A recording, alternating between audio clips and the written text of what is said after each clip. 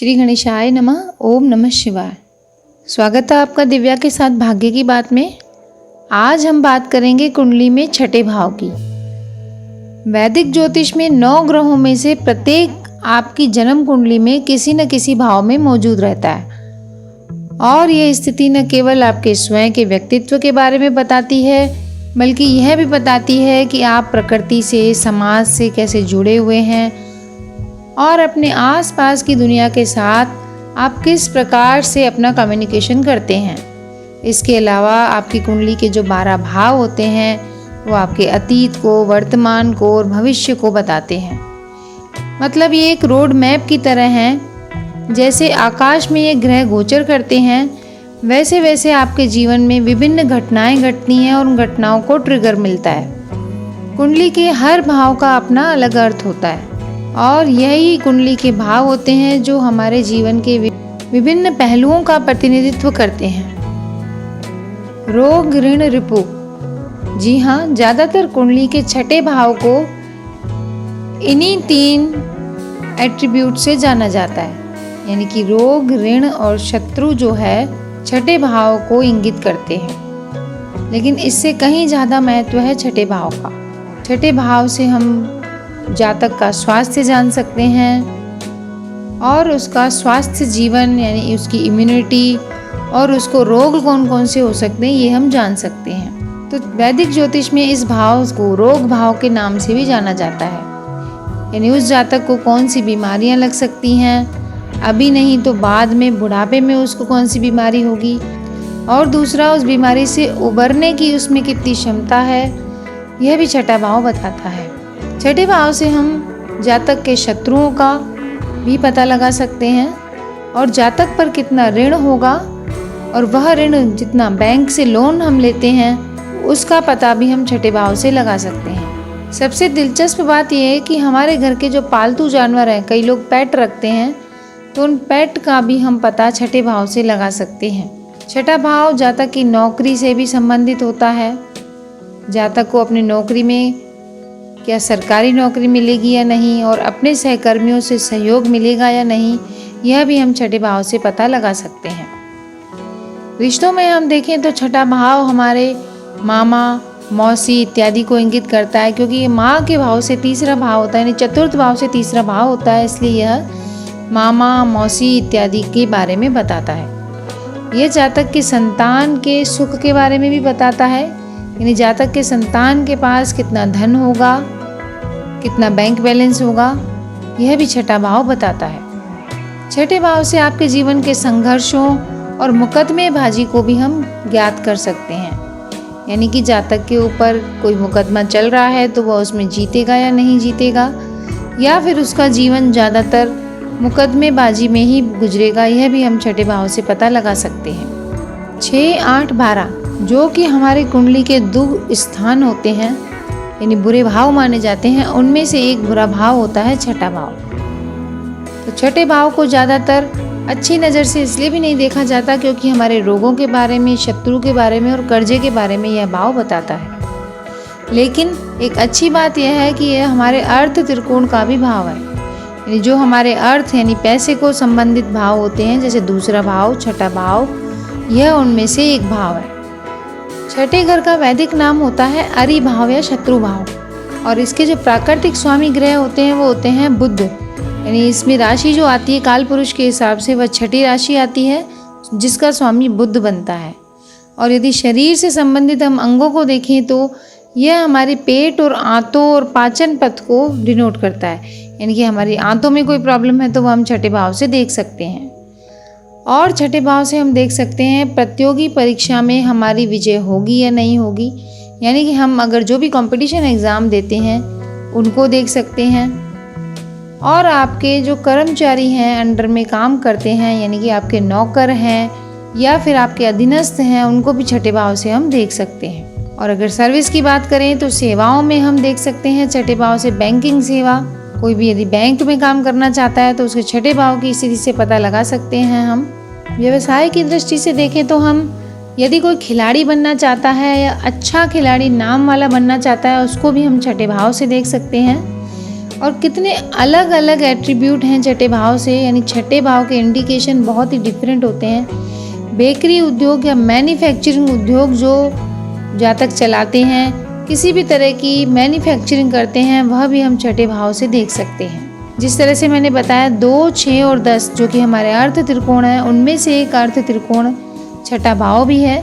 चूँकि ये भाव हमारे 10वें भाव का 9वां भाव है, यानी कि हम जो भी कर्म करते हैं उस कर्म का भाग्य, यानी उस कर्म से जो हमें प्रतिफल मिलता है, वह हम छठे भाव से देख सकते हैं। छठे भाव का एक और इंडिकेशन है कि यह हमारे तलाक की स्थिति दिखाता है। जी हाँ, जिस तरह से सप्तम भाव हमारे विवाह की स्थिति दिखाता है, उसी तरह से तलाक का घर होता है छठा भाव। अब छठे भाव का एक बहुत ही अलग सा इंडिकेशन बताती हूँ।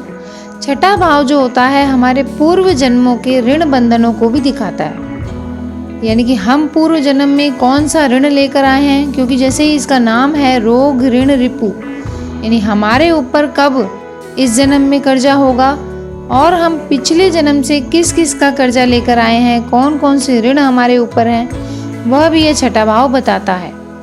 और छठा भाव जो है वो हमें यह सिखाता है कि आप जो ऋण लाए हो, आप जो पिछले जन्म से कर्जा लाए हो किसी का, उस ऋण को आप इस जन्म में चुका दें तो आपका सीधा मोक्ष होगा।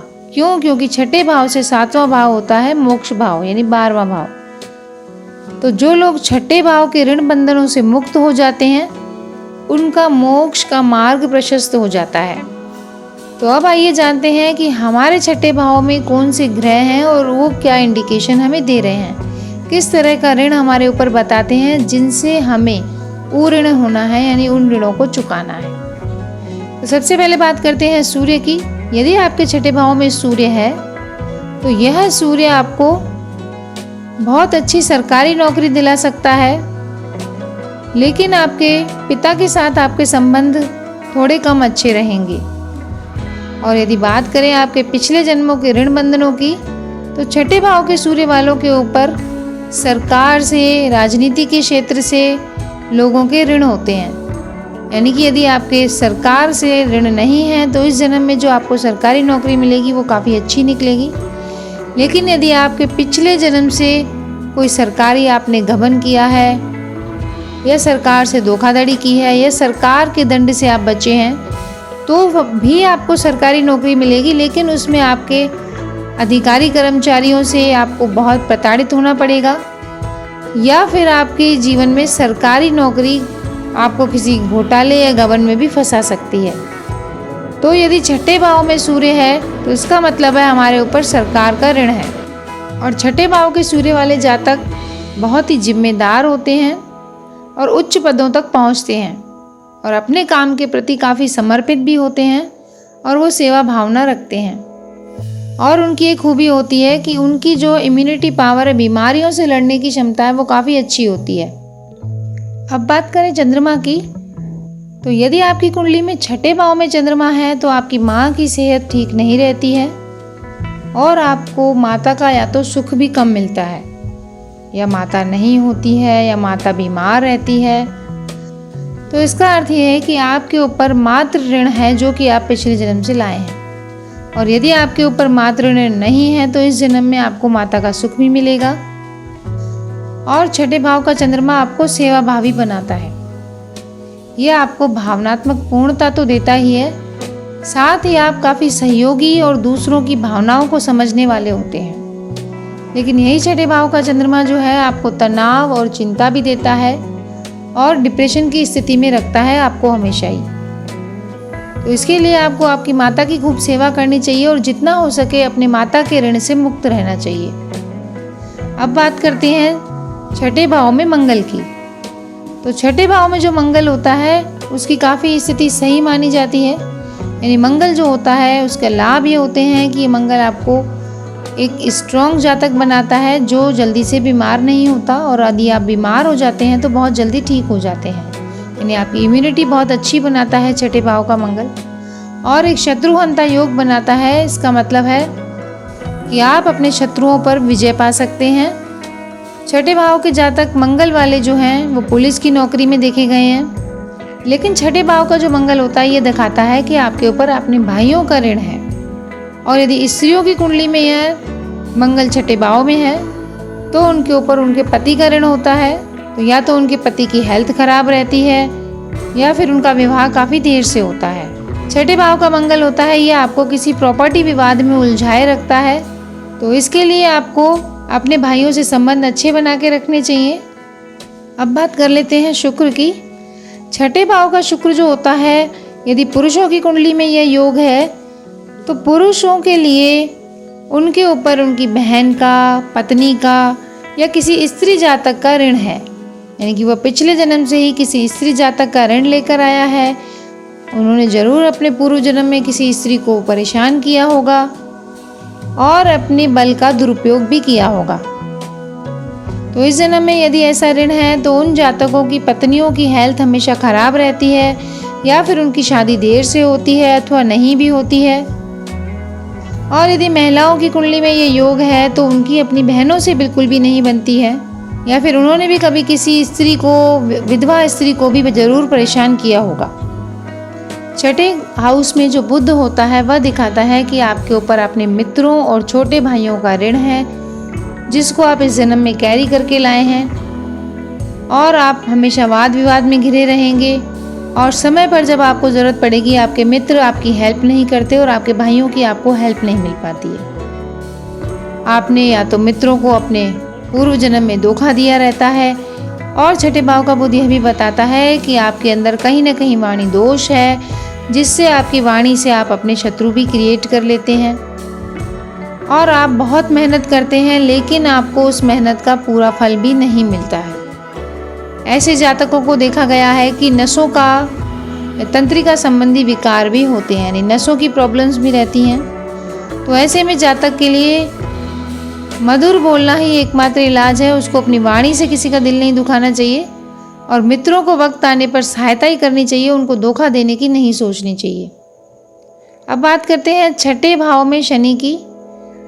छठे भाव में शनि ग्रह यह दर्शाता है कि आप जो हैं कठिनाइयों का सामना करने के लिए दृढ़ हैं, यानी आप किसी भी चीज़ की कठिनाई का सामना अच्छी तरह से करेंगे और कोई चीज़ यदि आपको सिखाई जाए तो आप सीखने की हद तक उसको छोड़ेंगे नहीं, यानी पूरा सीख के ही छोड़ेंगे। और यदि ऋण की बात करें तो छठे हाउस का शनि ये बताता है आपके ऊपर नौकरों यानी आपके दास का ऋण है और आपने सहकर्मियों को भी कभी न कभी परेशान किया होगा, आपको सहकर्मियों का भी ऋण है। तभी आपको इस जन्म में सहकर्मी धोखा देते हैं और नौकर आपका साथ नहीं देते हैं। यदि आप कुछ काम करवाना चाहते हैं तो नौकर या तो भाग जाते हैं, आपको आसानी से मिलते नहीं हैं। और ऐसे जातकों की इस जन्म में देखी गई है कि नौकरी भी स्थायी नहीं होती है, यानी कि उनको बहुत नौकरियां बदलनी पड़ती हैं। तो इस जन्म में यदि आप किसी को नौकरी दिला सकें, किसी की हेल्प कर सकें तो आप इस दोष से मुक्त हो सकते हैं। अब बात करते हैं गुरु की। देवगुरु बृहस्पति यदि आपके छठे भाव में है तो आपके ऊपर देवताओं का और गुरुओं का ऋण है। आपने अपने पूर्व जन्म में अपने इष्ट की अवज्ञा की होगी या किसी मंदिर को आपने हानि पहुंचाई है। इस कारण आपको इस जन्म का जो गुरु छठे हाउस में मिला है वह आपको प्रेरित करता है कि आप अपने गुरुओं की सेवा करें, आप मंदिर की सेवा करें और अपने गुरु के ऋण से मुक्त हों। छठे भाव का जो बृहस्पति है यह आपको पीलिया संबंधी बीमारी भी दिखाता है और आपको इतना समर्थ भी बनाता है। आप गलतियां करके उन गलतियों से काफ़ी सीख लेते हैं और इसमें आपको सुधार की प्रवृत्ति दिखाता है, यानी आपने गलतियां तो बहुत की हैं लेकिन अब आप उनको सुधारने को तैयार हैं। अब बात करते हैं छठे भाव में राहु की। तो राहु यदि आपके छठे भाव में है तो वो शुभ फल देता है, आपको शत्रुओं पर विजय दिलाता है। लेकिन अगर ऋण की बात करें तो ये पूर्व जन्म में आपके ऊपर कोई प्रेत ऋण दिखाता है, यानी जो लोग होते हैं तांत्रिक कर्म करते हैं तो उन्होंने अपने तांत्रिक कर्मों के दौरान किसी प्रेत आत्मा को दुखी किया रहता है, तभी उनके छठे भाव में राहु आया है।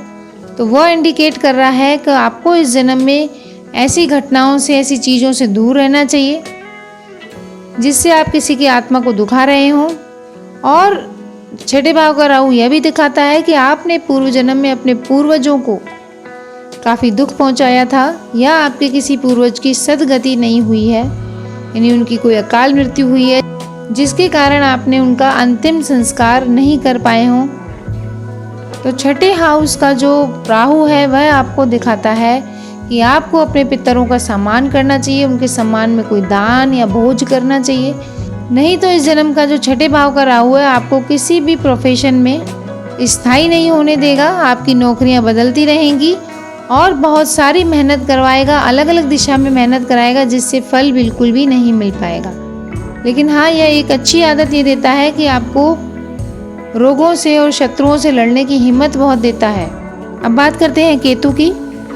केतु यदि आपके छठे भाव में है तो ये दिखाता है आपके ऊपर देवताओं का ऋण है और आपके ननिहाल पक्ष का ऋण है। आपने पूर्व जन्म में किसी देव स्थान पर कोई गलत काम किया है या किसी धार्मिक ग्रंथ को फाड़ा है, जलाया है, यानी उसको आपने अनादर किया है। तो ऐसा केतु है जो आपको मुकदमों में फंसा देगा। आपके ऊपर एक के ऊपर एक गलत मुकदमे दायर होंगे और आपका कैरियर जो है वो अस्थिर होगा, यानी कोई स्थायी नौकरी, स्थायी आपका आजीविका का स्रोत नहीं बनने देगा ऐसा केतु। छठे भाव का केतु आपको दुर्घटना और चोट भी दिखाता है और आपकी एनर्जीज को अलग अलग जगह बिखेर देता है।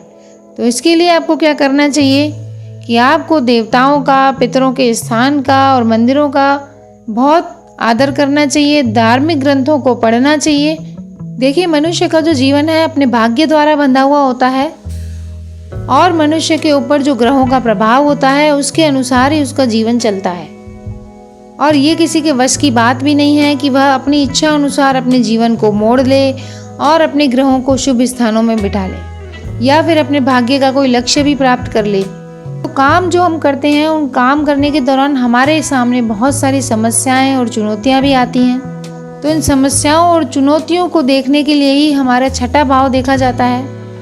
हमारी जन्म पत्री में छठा घर बीमारी को, शत्रु को, ऋण को दिखाता है। तो हमारे ऊपर पूर्व जन्मों के भी ऋण होते हैं और इस जन्म के भी ऋण होते हैं। पिछले ऋणों के बारे में मैंने आपको बताया कि किस तरह से हम पिछले जन्म के ऋणों से मुक्ति पाकर इस जन्म में हम मोक्ष की ओर बढ़ सकते हैं। तो हमें कोशिश ये करनी चाहिए, हमारे छठे भाव में जो ग्रह राशियां बैठी हैं उनके अनुसार हमारे ऊपर जो ऋण बनते हैं उन ऋणों का निपटारा करना चाहिए और उनको अगले जन्म तक न ले जाएं, ऐसा हमें कार्य करना चाहिए। तो यह तो जानकारी थी छठे भाव के बारे में। ऐसे ही अन्य भाव के बारे में जानकारी लेकर मैं और वीडियोस बनाऊंगी।